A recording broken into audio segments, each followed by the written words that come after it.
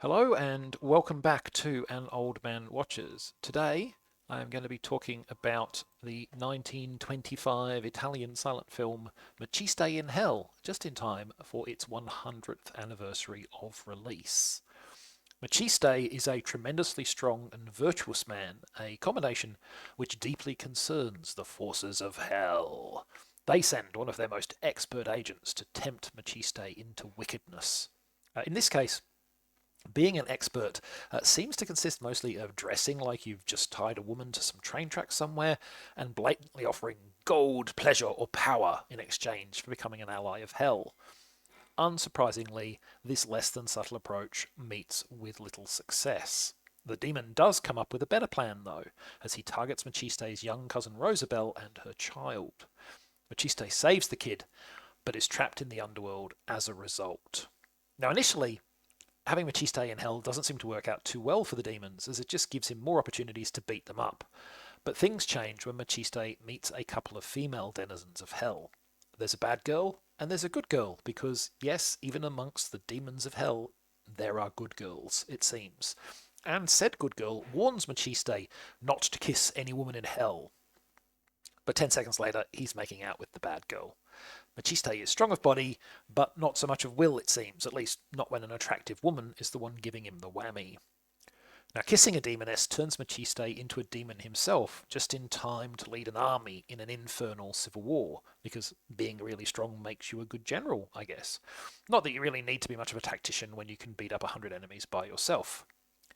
Now, will Maciste eventually recover from his demonic contagion and escape hell? Well, I mean, of course he will. He's still got more movies to be in. This film's not going to make it easy to happen, though.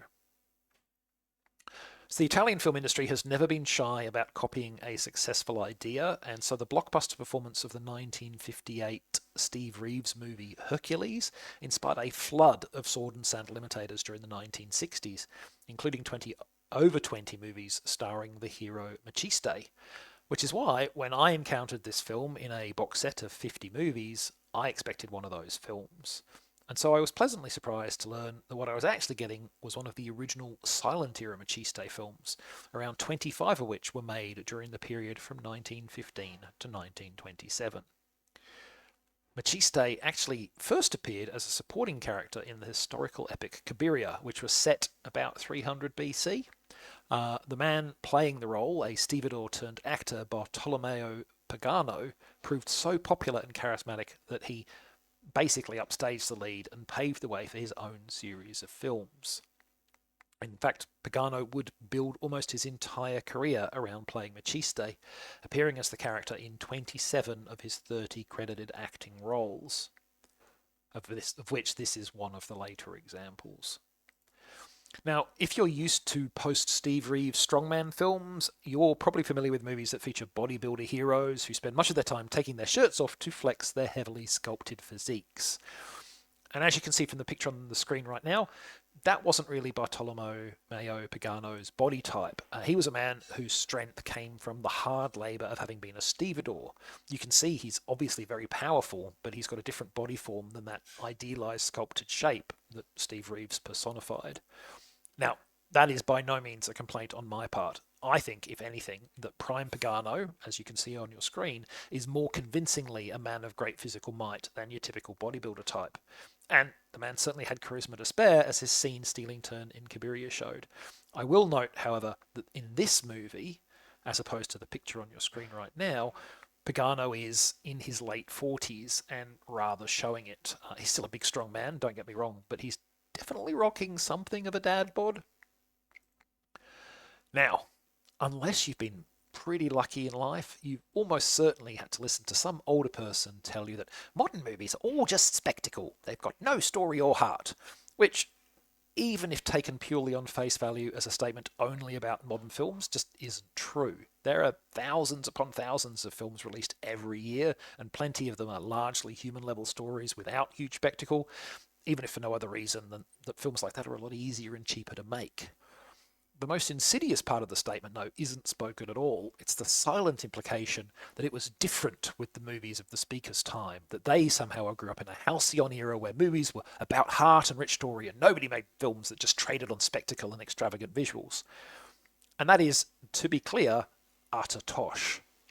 Ever since movies became possible, there have been spectacle-driven films. Le Voyage dans la Lune, for instance, follows a group of astronomers as they travel to the moon in a cannon-propelled capsule, explore the lunar surface, and do battle with a race of insectoid aliens who live there. And that film came out in 1902. Basically, you can name me a decade of film, and I can point out the visual spectacle of that decade, whether it be the athleticism of Buster Keaton, the kaleidoscopic dance routines of Busby Berkeley, or the biblical epics of Cecil B. DeMille. There have always been spectacle-driven movies, and there always will be, most likely. And Maciste in Hell is a good example of this fact, packed as it is with Baroque sets, extravagant costumes, and a large animatronic dragon on whose back the camera later flies over hell. Now, let me be clear, 1925 special effects are not in any way going to impress a modern 2025 viewer, but nobody making this film was thinking about what audiences would think of it 100 years later. They were trying to wow the audience of their day, and I'm pretty sure that Maciste in Hell would have succeeded in that goal. Now, the last aspect of the film that I want to discuss is a little bit spoilery, so if you're all worried about that, maybe skip the rest of the video. If you stick around, though, it's time to talk about the movie's ending, which isn't great. I'm going to try to be as non-specific as possible, but basically it's rather a deus ex machina in a quite literal sense. Maciste escapes hell not through his own direct actions, but through the intervention of heavenly forces. The most positive thing I can say about this is that the triggering act for the intervention was itself caused by gratitude for Maciste's earlier heroism. So I guess good deeds really are their own reward in this film's reality. Still, I found it a little bit disappointing as a finale. I would have much preferred to see Maciste escape hell directly from his own efforts rather than as a benefice for earlier actions. In any case, given this movie's age, you can get it freely on YouTube. If you want to seek it out, search for Maciste Hell English Uncut to find it. You want to include the uncut term, not because there's anything particularly salacious in the film's content. There are some skimpy costumes, but nothing you wouldn't see on a beach.